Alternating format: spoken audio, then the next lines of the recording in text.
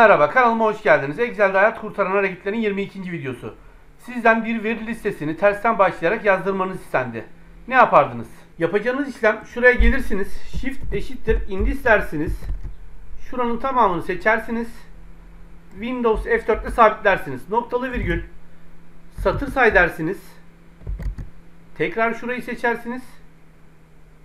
Sadece A27'yi Windows F4 ile sabitlersiniz. Yani en son hücreyi. Parantezleri kapatırsınız. Enter. Aşağı doğru çektirirsiniz.